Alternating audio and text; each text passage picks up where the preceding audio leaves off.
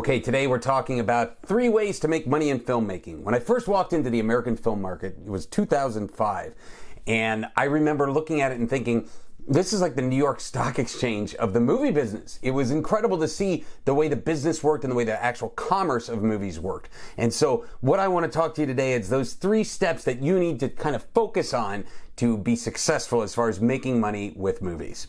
Number 1 is you want to network with producers, sales agents, and distributors. And the best way to do that is at the film markets. And that, we're talking about the European film market, EFM Berlin, talking about Cannes, Marché du Film, and the American film market, in Santa Monica.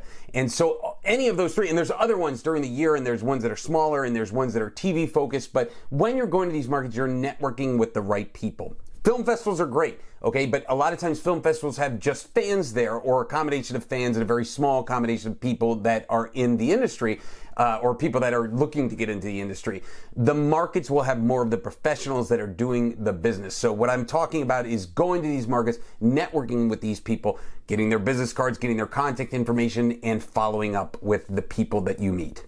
Number 2 is focusing on genre first, right? Before you make the movie itself, you go, all right, what are the genres that are going to sell? Like in your mind, you're thinking, I really want to make this dramatic film about these 2 college students, and it's based on my life and somebody else's life. Okay, those movies you should maybe table, right?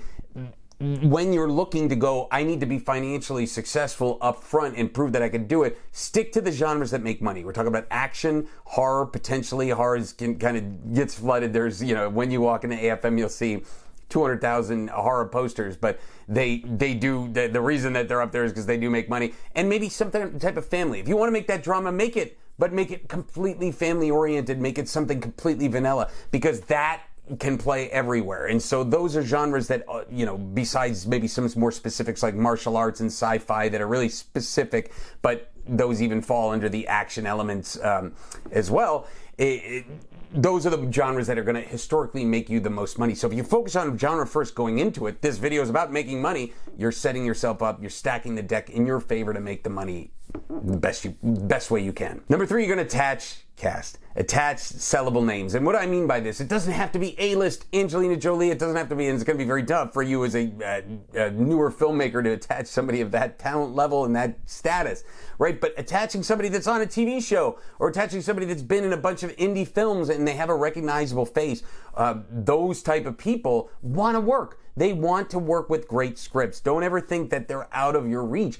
And the fact is, once you do that, perception everywhere is that you're making a professional movie. Where you have a person in the cast that's on so-and-so TV show or has been in so-and-so movie, and people see that and they go, okay, this is a legit movie. And it's not just people, it's buyers, right? It's distributors, people that are going to come in and buy the movie. The cast helps so much. So the best way to be financially successful is to kind of have an eye on the cast and know that you need the names. So many times I've heard it, a director or even producers say, I just want the best people for the role. Okay, that sounds great, okay, but then make that at a very small budget. I also argue that the best people for the role could also have a name, right? So they could be a name person and be fantastic. And chances are, if they're not Kim Kardashian or any of those people that are famous for being famous, they got to where they were by having talent. So if you can get the name and the talent combined, you're setting yourself up for the best chance at success.